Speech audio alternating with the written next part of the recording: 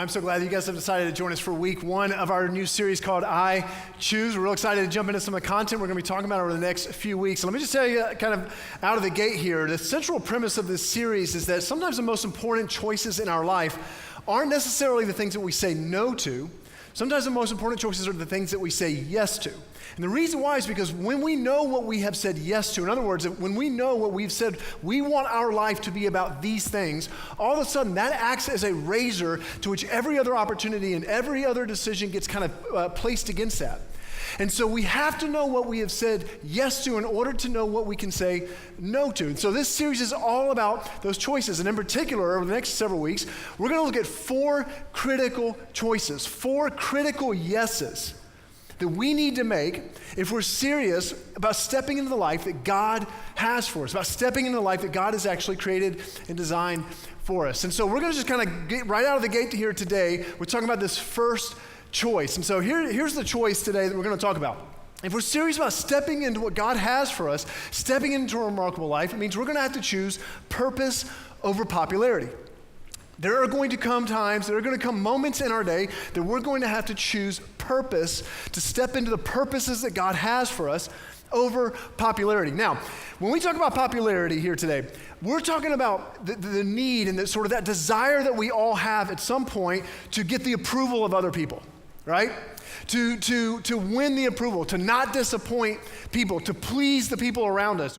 The problem is when that desire for the approval of others consumes us. The problem is when that desire to sort of, not disappoint people and to get the approval of others, when that becomes our chief desire. In other words, when that becomes our, that we're going to do that at any cost, that we're willing to sacrifice things in order to get the approval of others. That's when it becomes a problem. And it's not just a problem for us. This has been a problem throughout all of history. In fact, 3,000 years ago, there was a guy named Solomon who was considered one of the wisest men ever to live, and he wrote about this very thing.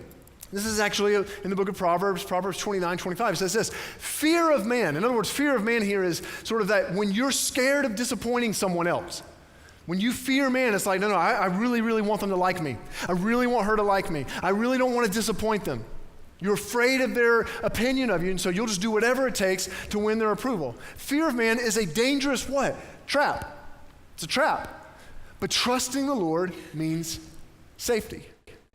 I think two things will happen when you're willing to step in and to choose purpose over popularity, to choose purpose over getting the approval of others. I think two things will happen when you live with that kind of purpose. First one is this: purpose will move us through our pain. Living with purpose in that way will move us through pain. Do you remember what Paul said in those first verses we read? Remember he said that when I came to Thessalonica, he said, we preached, we lived with purpose. I chose to step into why God called me. And he said, but I did it, and there was great opposition. Great opposition. That's pain. That's pain. And I just want you to know, because I feel like we just kind of shoot straight here at our church, and so here's me shooting straight. Your choice, when you make a choice this week, when you make a choice today at some point, I don't know when it'll be, but when you make that choice to step into purpose over popularity, to step into what God is calling you to be about, even though you are going to risk the approval of others, when you make that choice, it will come with a cost at times. There may be a cost to that. It won't be all the time, but there will be some decisions that will bring you a cost. The second thing that living with purpose does this, it just fuels courage. When we step into purpose, it fuels courage. Do you remember that? Remember what Paul said? He said, God gave us courage. He said, we boldly stepped into that, right? I love my wife always says, my wife told me this week, she's like, you just do it scared. That's what courage is.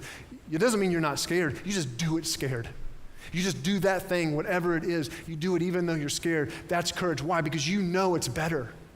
Because you know God is inviting you into something so much better. It doesn't mean you won't be scared. It just means you know my purpose is to please God, not people, and so I move forward. And this might not be people opposing you.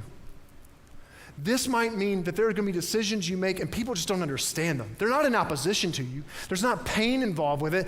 They just look at you like you're a weirdo. They just don't get it. They don't understand why you would make some of those decisions. And you know it's to please God, but they don't get it. It's like a foreign language to them.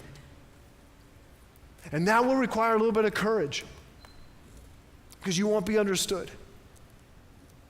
And guys, when you face the choice, and you will, no doubt about it, the next time you face a choice, and you know you have a fork in the road kind of moment, and you can choose to please God or please people.